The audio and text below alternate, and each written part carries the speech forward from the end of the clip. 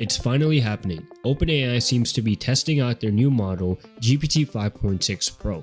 Yes, originally we were expecting only one new model, GPT-5.6, but there are high chances now that a new model, GPT-5.6 Pro, could be coming very soon, as early as next Thursday. Yesterday I made a video showcasing how the launch could be delayed because of the Fable 5 news, but it looks like things have been worked out based off the meeting that happened yesterday. Yesterday, OpenAI, as well Anthropic and President Trump sat down together to have a discussion, and it could be the case that the discussion was fruitful because we're hearing rumors about not only GPT 5.6 coming out next Thursday, but Fable 5 being also available again soon. So we don't know exactly what the timeline is going to look like, but what we know so far is that people have been getting access to GPT 5.6 Pro underneath the 5.5 Pro model when that's selected in ChatGPT's own application. And I'm going to show you guys some early leaks and how they compare to Fable 5, and you can see that this model is quite competitive. Maybe it doesn't always beat Fable 5, but sometimes it gets close, and in some tests it actually beats Claude Fable 5. So let's get into the video. So the first generation you're seeing is a SVG of a BMW, and the output you're looking at right now is actually from GPT 5.6, which I think is crazy. Look at the amount of detail we now have. If you guys remember a few months back, SVG tests were kind of horrible. We would have Xbox controllers, PS5 controllers, and all of them didn't look exactly like the actual controller. But now we're getting into more advanced SVG coding tests, and we're seeing BMW SVG tests, which I think is crazy to see, especially in 2026, given that we were struggling to get even Pelicans a couple of months back. And just to show you guys how this compares to Fable 5, and this is Fable 5's output.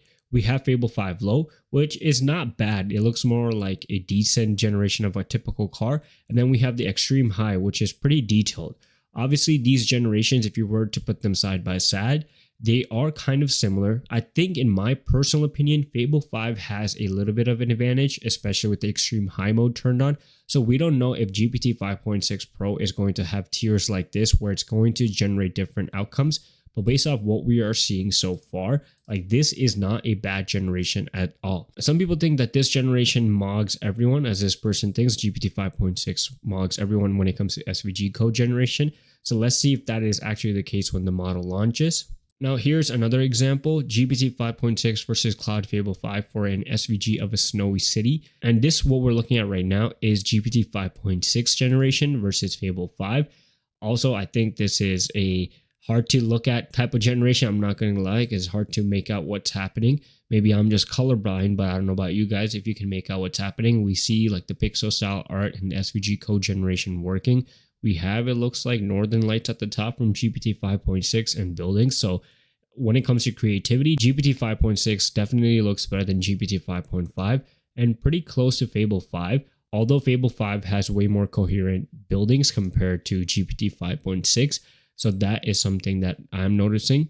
Now here's another one, which is a simulation of a KUKA robot, which is pretty amazing. This is the first time I've seen a model like this, especially from OpenAI, produce a 3D model like this compared to Fable 5. So what the first generation you're looking at is actually from GPT 5.6. It also added in different toggle options, different setting options that you can play around with. And the output is crazy, guys. Like this 3D output looks amazing. And this is probably one-shotted as well, which is crazy to see. Compare that to like what we're seeing with Fable 5. It's not bad. Fable 5 is definitely good. It's definitely strong. But just based off what we're seeing on these generations, GPT 5.6 looks a little bit better when it comes to if we're just doing eye comparisons between the two outputs. But as I said, both of these models are very strong.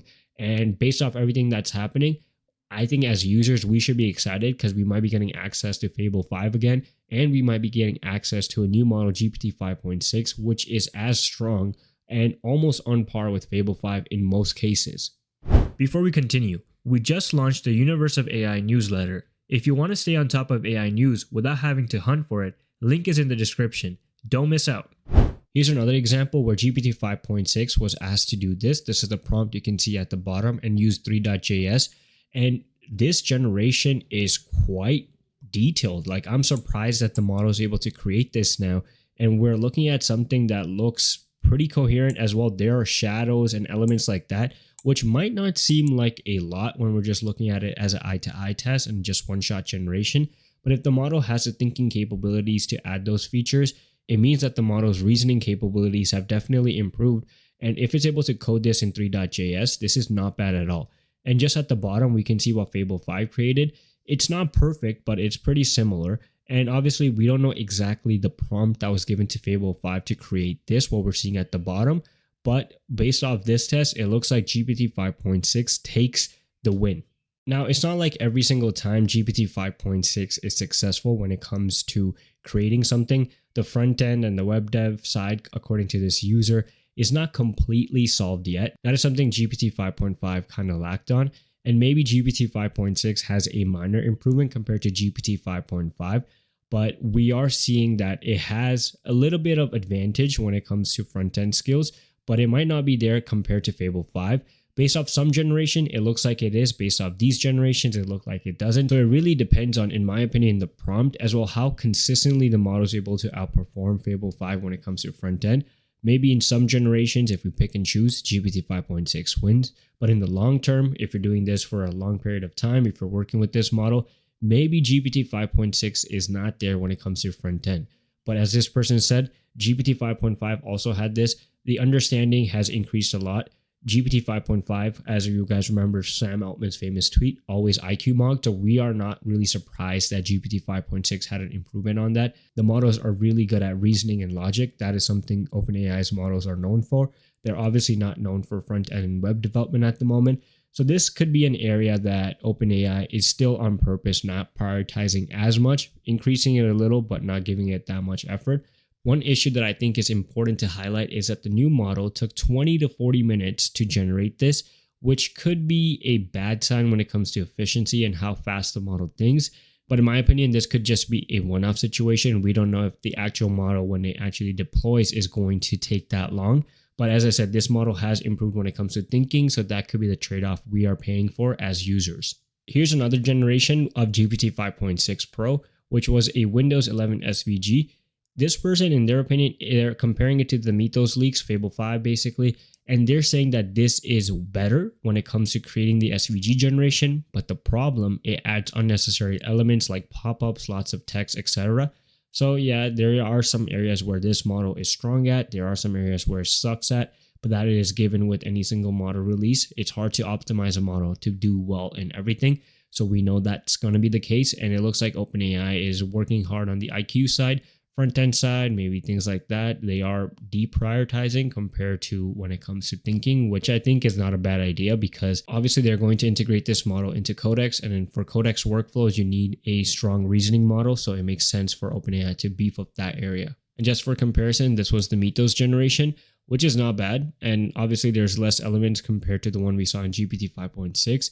So this is a good improvement. And what's funny is that this prompt was given to GPT 5.5.